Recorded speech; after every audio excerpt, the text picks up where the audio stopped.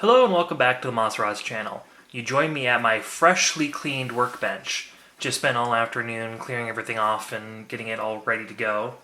You know, it's now the beginning of the year, so figured now would be a good time to do a little bit of a cleanup. And with the upcoming 24-hour build-off in a couple weeks, it's nice to have a full workstation ready. And I also have been pretty bad about filming the final reveals for the last two builds I've done, so figured maybe having a clean workbench will make that a little bit easier to do.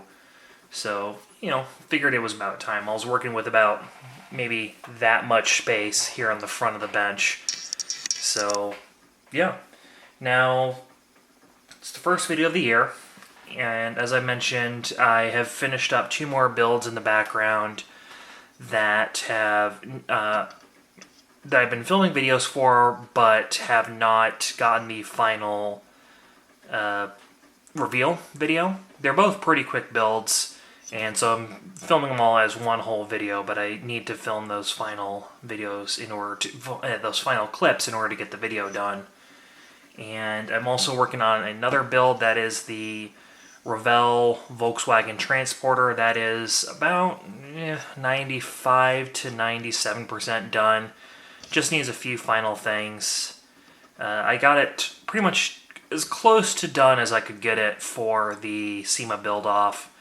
And there's just a few more things I want to add. I want to add some engine detailing, do up the air compressor setup in the rear, and add a roof rack. So that's also been going on in the background. I need to get back to finishing that though. But yeah, so that's kind of why you haven't seen much on this channel since. Also haven't been doing a ton of shopping, so and haul videos are kind of weird too. I mean, I'll probably continue to do them, but yeah, I don't know. I don't want that to be all my channel was just those like little update videos. So what does that mean? We're going to do a new build series.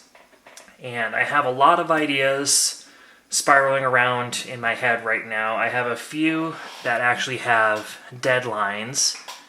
So I want to do a... I have everything I need to get started on my USAC build, and I think I'm going to do a quick video for that as well, since that is probably the most forthcoming deadline, I think. So I want to get started on that. I was waiting some parts, and those just recently arrived. I have a build that I wanted to do for the Left Coast Scale Classic, so that's going to be a mini truck for their theme. And that I also haven't started on, and that is due at the end of April. I have a sort of military diorama build I want to do for my local club's show. That's also in April. That's going to be the Wine Country Modelers IPMS show in Petaluma, California, which would love to have you if you're at all local. Petaluma is a really cool city, so it's also worth traveling to. It's only about hour 15, depending on depending on traffic north of San Francisco. Yeah, right in the edge of wine country, so bring a spouse. But yeah, so I have some builds with timelines, and I'm going to ignore those and get started on a different build. I spent all of 2025 somehow without building a single hot rod. So, time to change that. So, next up on the bench is going to be the 29 Revell pickup truck, which you probably saw on the cover photo. So this is going to be, I've already built one of these as a more traditional style hot rod, and this time I'm wanting to do more of a modern era rat rod. And I haven't built a rat rod in a while. I built a 34 Ford rat rod that's going to be kind of the same vibe as this, but a little bit different too. It's just going to be chopped, slammed on the ground. That was going to be on an air ride setup. This one's going to be on springs, and this is not going to have a diesel engine. I'm still trying to figure out what kind of motor to put in this. I have a... what do I have? I have a nail head sitting around. I think it's a Texas 3D nail head, so that could be fun to use. So I want something kind of cool but traditional, just because this is just going to be a rat rod, nothing fancy. So let's go ahead and cut this up and take a look at what's inside. everyone's done an unboxing of this video or this kit since it only came out last year.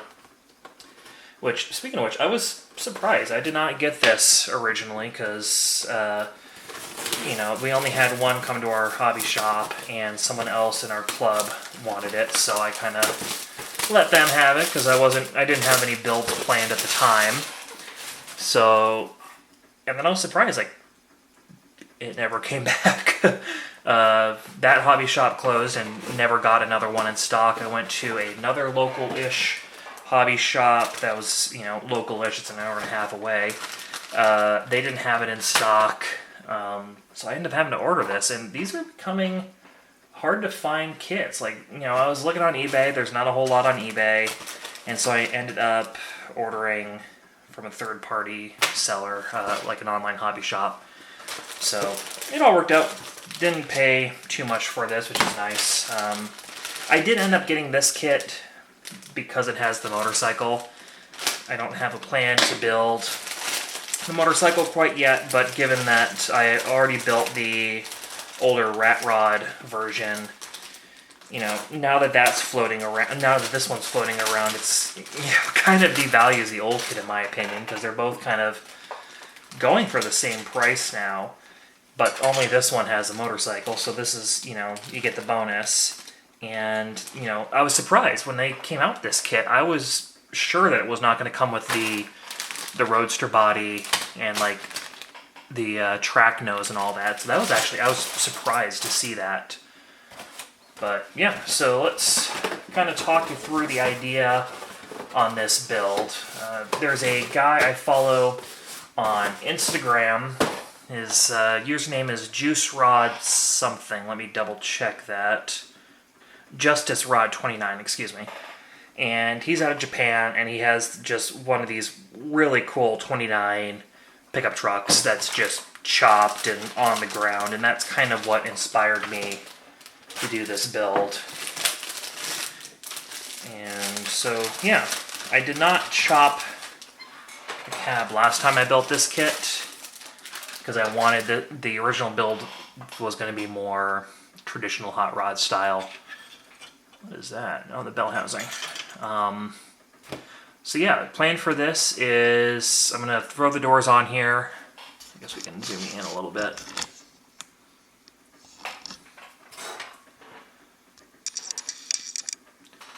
Yeah, I'm going to throw the doors on here so that way it's a little more structurally sound when I chop it. Take a good couple scale inches out, so where's my ruler?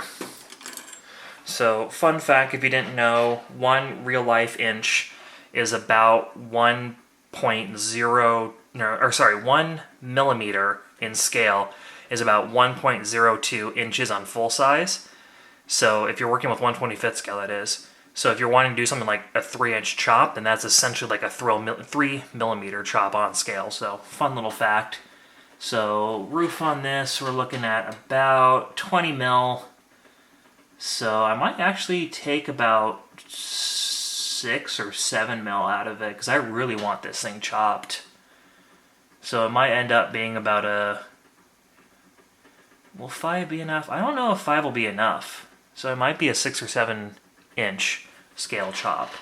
So yeah, and then it's going to be sitting on the ground. Big tires in the back, small tires in the front. I'm going to probably bob the bed. I have that sitting over here. I want to do some kind of more, I was thinking like a military, like a Willys or a Willis Jeep tire in the back. So I also kind of did that with my 34 rat rod. But yeah, something kind of grippy in the rear. And then skinny up front with a V8 is kind of the plan. So I'm going to get this. So I have a little bit of progress today to show you for the video. I'm going to throw the doors on here and I'm going to go ahead and chop it and we'll take a look and see how that looks and then we can do a little more mocking up. Alright, so I got the doors cut out and glued in place because life's too short to try to make the doors hinge on an old Revell kit. And that's just, it's going to make it so much easier when we chop this to just glue the doors in place. So I'm going to leave this here for tonight. I want to make sure the glue has plenty of time to harden before I start cutting this thing up. But here's just a quick little mock-up. I taped the visor on. Roof's a little crooked. There we go. Found a spare tire that I think that may have come off my broken Napco pickup truck I built. We're going to bob the bed a little bit, so it's going to be probably about right there. So take a few inches out of the bed. And I want this sitting on the ground. Of course, it's going to be sitting, because I actually want, this is not going to be airbag, so it's going to be sitting probably like right about there instead. And I just had this random flathead that with sitting around, so I threw some, I just threw the flathead there as a mock-up, and then I had another spare 32 style wheel that just decided to fall over. But yeah, that'll kind of give you an idea of the mock-up, and then tomorrow, if I have time, we'll get back to it and cut up the roof. So, see you there. Alright, so you joined me 2 days later, and it's time to cut up this cab and to chop it.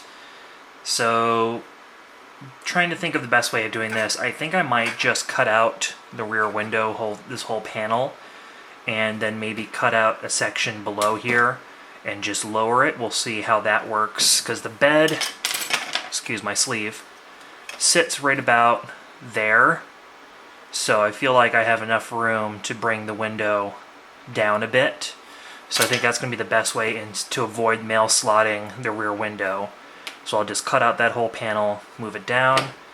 And then as for the sides, we're going to look at, so the window opening on the door is about 16 mil from trim to trim. 16 or 17, I'm too far away from it. There's a little bit of a mold line, so it's actually going to be 17 mil. So if we go ahead and take, let's say 5 mil out of that, that'll get us to 7 mil window opening. And that will be, here I'll see if it helps if I do this. Go ahead and mark 7 mil on my ruler. Theoretically with a Sharpie that actually has some ink in it.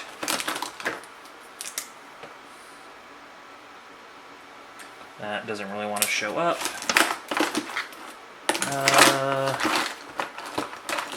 Let's try pink. There we go, okay. See a little pink mark on there, so that is at 7 millimeters. If you want to focus, that'd be cool. There we go. So if we cut it, the window is going to be about that tall. So that's a little short. So maybe I'll make it 10 mil. Let's go ahead and wipe that off and let's try that out. So we'll go ahead and highlight the 10 mil mark. Yeah, so that'll look pretty good, I think. So that's taken about 7 mil out of it. Wait, am I doing my math right? I don't think I'm doing my math right. Okay. So I don't know where I came up with the 7 mil initial measurement. But yeah, I think having a 10 mil window, that'll give us a good look. So that'll chop it to right about there.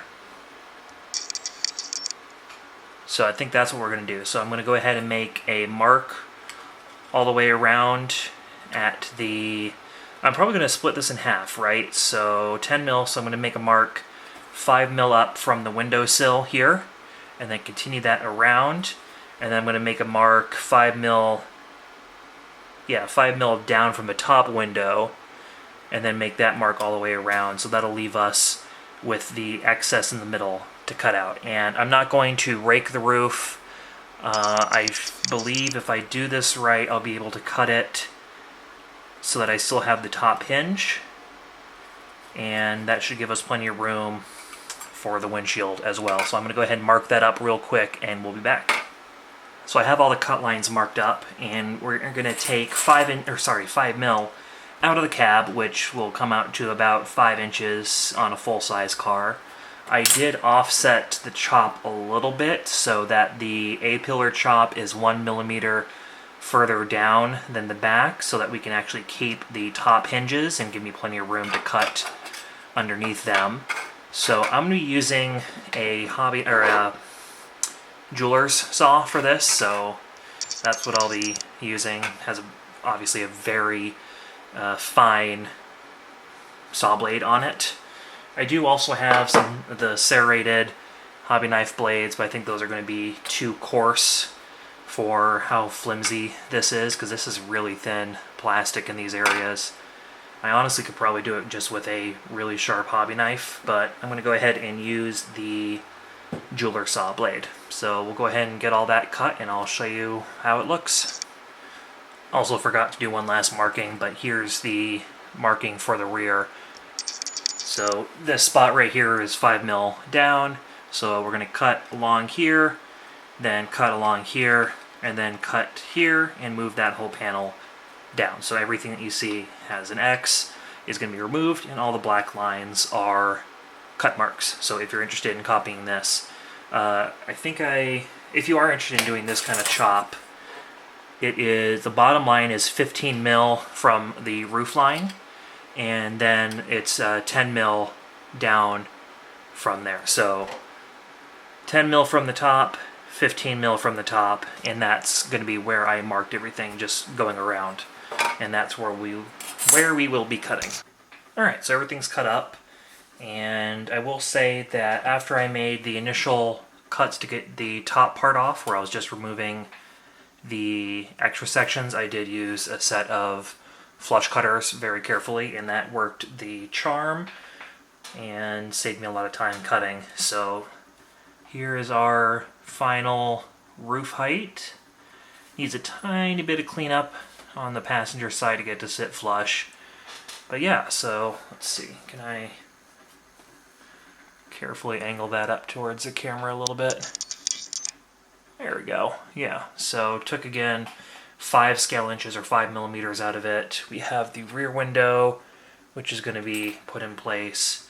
So I'm going to go ahead and clean everything up, get it glued together, and show you the final result of the chop. Alright, so here's the finished chopped cab. So one thing I want to mention right away, I had said in the previous clip that I had offset the chops by 1 millimeter in order to clear the top hinge. Well, that was actually a mistake. I thought I had did that by accident, but what I actually did was cut the passenger side 1 mil too high, so it cut 6 mil out. So there is currently a gap right there, but I'm just going to go in there with some styrene and fill that in. Shouldn't be too obvious after some sanding. But yeah, other than that, here's the finished cab. So I got everything glued in. Here's the rear window. So that kind of shows how I did that. Then have some glue on the inside. I'm going to sand all that down and fill it in. I'm not going to make it too pretty since this is going to be a rat rod. But here it is with the roof on.